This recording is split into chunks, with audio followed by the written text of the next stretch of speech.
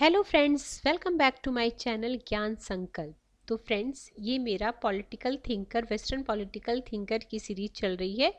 इससे पहले मैंने आपको प्लेटो, अरस्तू, हॉब्स कंप्लीट करा रखा है। वो मेरे चैनल पे वीडियो अपलोड है, आप प्लीज़ जाके उसे देखिएगा। इसके अलावा आपको मेरे चैनल पे पॉलिटिकल थ्योरी की क्लासेस मिलेंगी, कंपैरेटिव पॉलिटिक्स की क्लास मिलेगी। 1000 क्वेश्चन सीरीज है जो यूजीसी नेट के प्रीवियस ईयर के क्वेश्चन की श्रृंखला है। तो आप प्लीज़ एक बार चैनल के प्लेलिस्ट पे ज़रूर जाके देखिए, आपके लिए काफ़ी अच्छा कंटेंट है। अगर आपका सब्जेक्ट पॉलिटिकल साइंस है, आप किसी भी स्टेट से हो, अगर आपका सब्जेक्ट पॉलिटिकल साइंस है, अगर आप यूपी पीजीटी टीजीटी दे रहे हो या किसी भी स्टेट का असिस्टेंट प्रोफेसर का दे रहे हो, यूजीसी नेट का एग्ज़ाम दे रहे हो, तो ये चैनल आपके लिए काफ़ी हेल्पफुल है।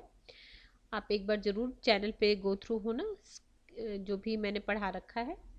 तो आज की क्लास में मैं जॉन लॉक को कराने वाली हूँ। अगर आपको किसी वजह से ये चैनल हेल्पफुल लग रहा है, अगर आपकी प्रिपरेशन में हेल्प कर रहा है, तो आप प्लीज़ मेरे चैनल को सब्सक्राइब कीजिए, मेरे वीडियो को लाइक कीजिए, अपने फ्रेंड में शेयर कीजिए। तो जॉन लॉक का जन्म सामरसेट शायर रिंगटन नामक स्थान पे कब हुआ था? 29 अगस्त 1632। ऐसे याद रखना, 16 दूनी 32 और 17 4।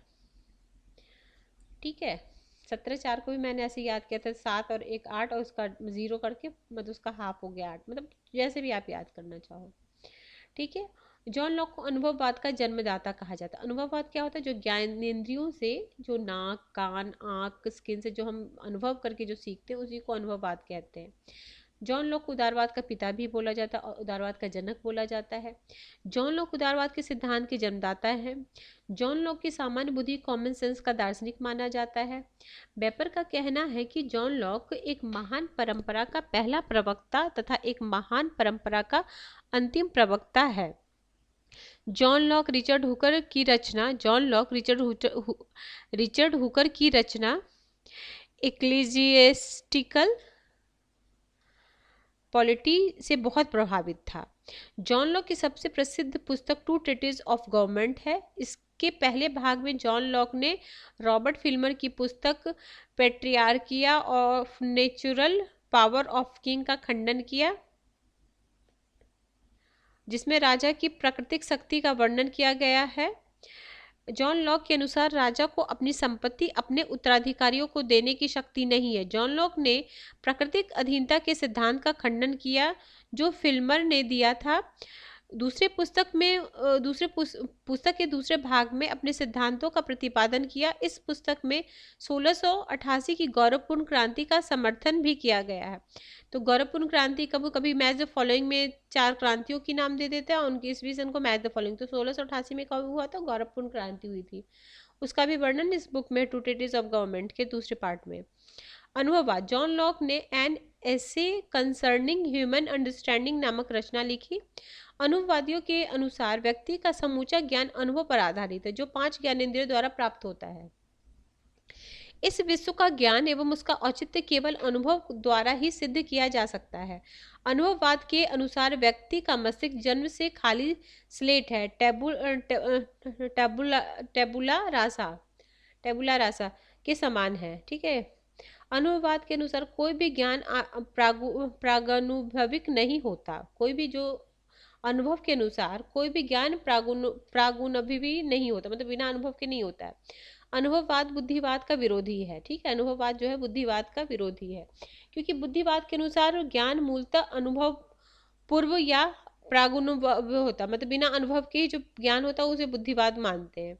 प्राकृतिक अधीनता, नेचुरल सब्जेक्शंस के सिद्धांत का खंडन। तो रॉबर्ट फिल्मर के द्वारा यह कहा गया कि जिस प्रकार एक बच्चे का पिता का प्राकृतिक नियंत्रण होता है, ठीक उसी प्रकार राजा का प्रजा पर स्वाभाविक रूप से नियंत्रण होता है। इस विचार को लॉक ने अस्वीकार कर दिया। लॉक के अनुसार बच्चा अल्पवयस्क होता है, इसलिए पिता बच्चे को निर्देश दे सकता है, परंतु राजा प्रजा को निर्देश नहीं दे सकता, क्योंकि प्रजा बच्चे नहीं है। इसलिए व्यक्ति पर शासन करने का एक ही उपाय है, व्यक्ति से सहमति प्राप्त करना। अगर हम सहमत हैं कि आप मेरे ऊपर शासन करो, तभी सहमति से ही शासन हो सकता है लॉक के अनुसार। प्रतिसत्तात्मक राज्य का खंडन, जॉन लॉक ने प्राकृतिक अधीनता के सिद्धांत का खंडन किया, जिसका उल्लेख रॉबर्ट फिल्मर ने किया था। जॉन लॉक के अनुसार व्यक्ति पर राज्य का नियंत्रण व्यक्तियों की सहमति के बाद ही संभव है। जॉन लॉक के अनुसार पिता पिता का बच्चे पर नियंत्रण एवं राज्य का नागरिक पर नियंत्रण दो अलग बातें हैं। प्राकृतिक अधिकार का सिद्धांत, जॉन लॉक ने अधिकार के सिद्धांत का जन्मदाता बोला जाता है। जॉन लॉक ने प्राकृतिक अधिकार में 3 अधिकार, जो काफी इंपॉर्टेंट है, 3 अधिकार, जीवन, स्वतंत्रता और संपत्ति, उसमें भी संपत्ति के अधिकार को इसने सबसे अधिक महत्व दिया है। जीवन स्वतंत्रता के अधिकार को भी संपत्ति के अधिकार में निहित माना है। जॉन लॉक के अनुसार व्यक्ति को प्राकृतिक अधिकार जन्मजात रूप से प्राप्त होती है, जैसे जैसे हमने जन्म लिया वैसे हमें अधिकार मिल गया, प्राकृतिक अधिकार, तीनों अधिकार, स्वतंत्रता और के जीवन, स्वतंत्रता और संपत्ति का अधिकार। जॉन लॉक के अनुसार व्यक्ति को प्राकृतिक अधिकार जन्मजात रूप में प्राप्त होती है, जैसे उसकी त्वचा का रंग, जैसे जो मेरी स्किन का कलर है तो वो हमारा जन्मजात है, ठीक है। फिर है हमें देखो, जॉन लॉक के विचारों में अमेरिकी संविधान निर्माता जेफरसन एवं मेडिसन प्रभावित थे। जेफरसन के अनुसार व्यक्ति को जीवन, स्वतंत्रता एवं सुख लेने का अधिकार है। क्या है? जेफरसन क्या बोलते हैं? व्यक्ति को जो है जीवन, स्वतंत्रता एवं सुख लेने का अधिकार है। जॉन लॉक के प्राकृतिक अधिकार का समर्थन थॉमस पेन द्वारा किया गया, जिन्होंने राइट ऑफ मैन नामक रचना लिखी। अतः व्यक्ति के प्राकृतिक अधिकार को कभी छीना नहीं जा सकता। क्या बोलते हैं? व्यक्ति के प्राकृतिक अधिकार को कभी छीना नहीं जा सकता। बेंथम ने लॉक के प्राकृतिक अधिकार की आलोचना की है। बेंथम, अब देखो लॉक के प्राकृतिक अधिकार की कौन कौन इसकी आलोचना करेंगे, तो कौन करते? बेंथम ने लॉक के प्राकृतिक अधिकार की आलोचना की है। उसमें क्या बोला? प्राकृतिक अधिकार को बकवास कहा है, बकवास से बढ़कर बकवास।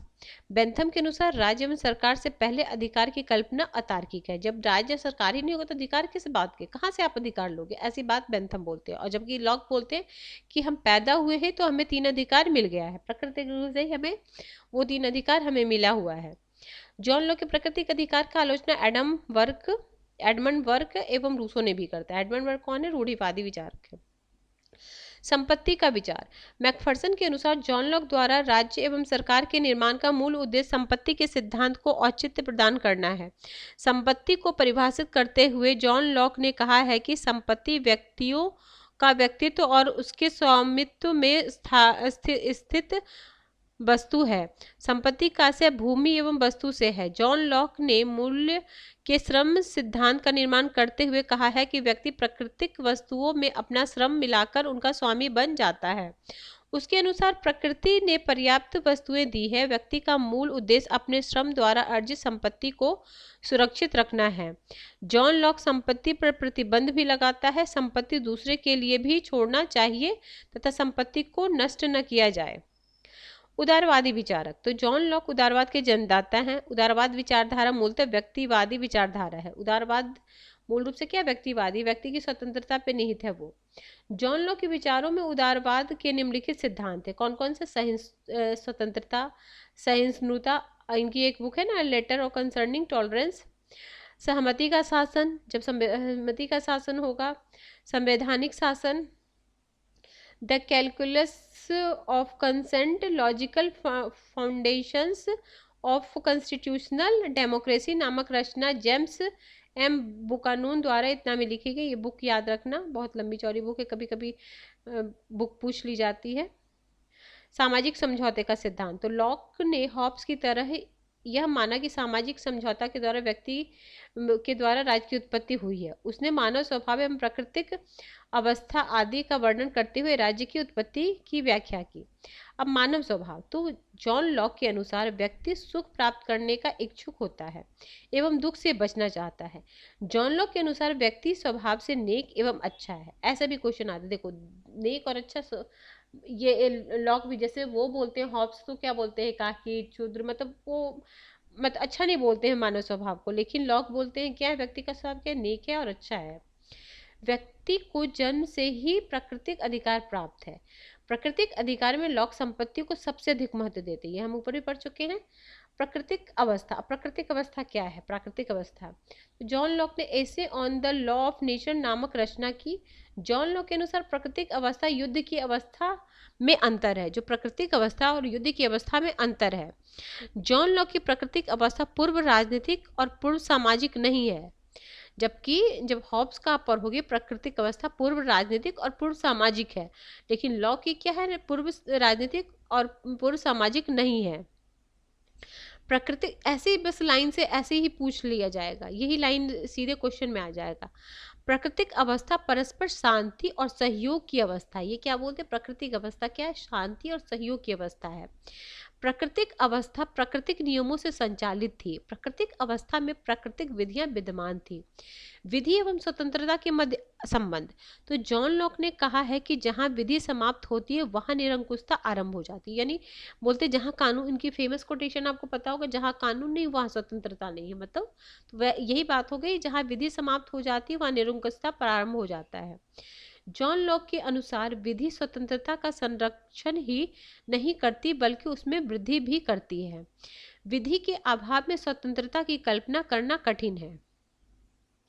प्राकृतिक नियम। तो जॉन लॉक के अनुसार प्राकृतिक नियम का अभिप्राय मध्यकालीन ईश्वरीय सार्वभौमिक विधि है। सिसरो के अनुसार प्राकृतिक विधि का अभिप्राय ईश्वर द्वारा निर्मित नियमों से समूची सृष्टि संचालित है।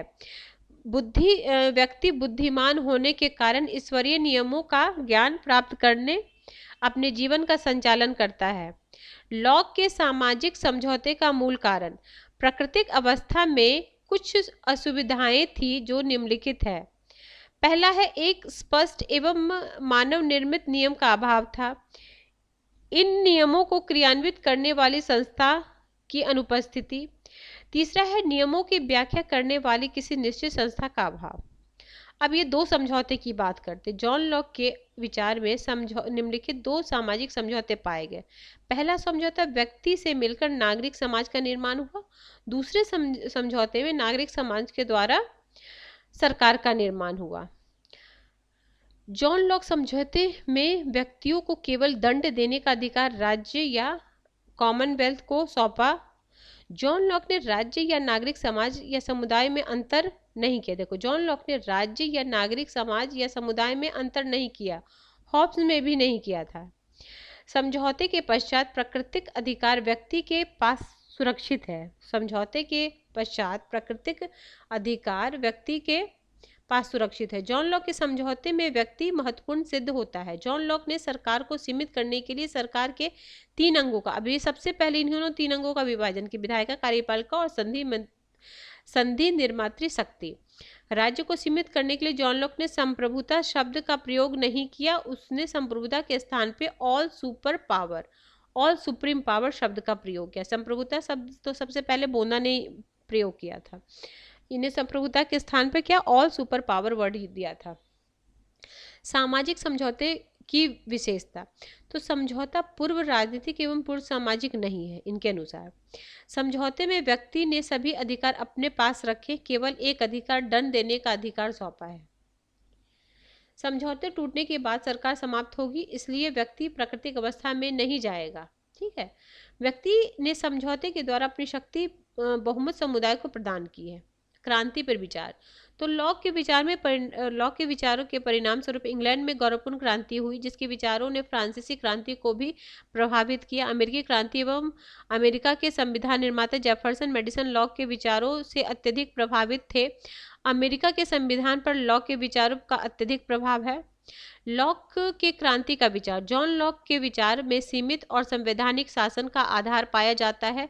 राज्य से संभावित निरंकुश व्यक्ति पर प्रतिबंध लगाने के लिए निम्न आधारों पर क्रांति को औचित्यपूर्ण ठहराया। यदि राजा एक व्यक्ति विधि के स्थान पर निरंकुश शासन करने लगे। दूसरा है, जब राजा विधायिका के स्वतंत्र कार्यकरण में बाधा उत्पन्न करे। तीसरा है, जब राजा निरंकुश रूप में चुनाव के तरीके में परिवर्तन करने लगे।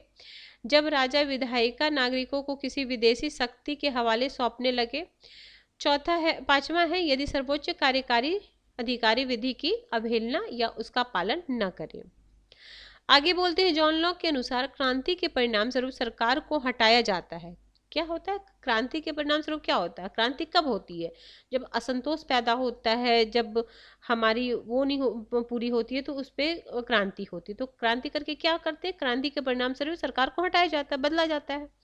राज्य या कॉमनवेल्थ विद्यमान रहता है, मतलब राज्य रहेगा बट सरकार से हटेगा। तो जबकि हॉब्स के अनुसार क्रांति के परिणाम स्वरूप प्राकृतिक अवस्था पुनः आ जाएगी। जैसे इन्होंने मतलब बोले ना, ये दो तरह की समझौता करते हैं, तो इनके अनुसार ये राज्य खत्म नहीं होगा, राज्य तो रहेगा, जो शासन करने के लिए सरकार आया है वो परिवर्तित होगा। जबकि हॉब्स इसके विपरीत है। हॉब्स बोले जहाँ क्रांति होगी तो राज्य खत्म हो जाएगा, लेवियाथन जो जिसको उन्होंने सारी शक्ति दी है, फिर हम प्राकृतिक अवस्था में लौट जाएंगे। क्योंकि हॉब्स के विचार में समाज एवं सरकार सभी का निर्माण एक ही समझौते से हुआ है।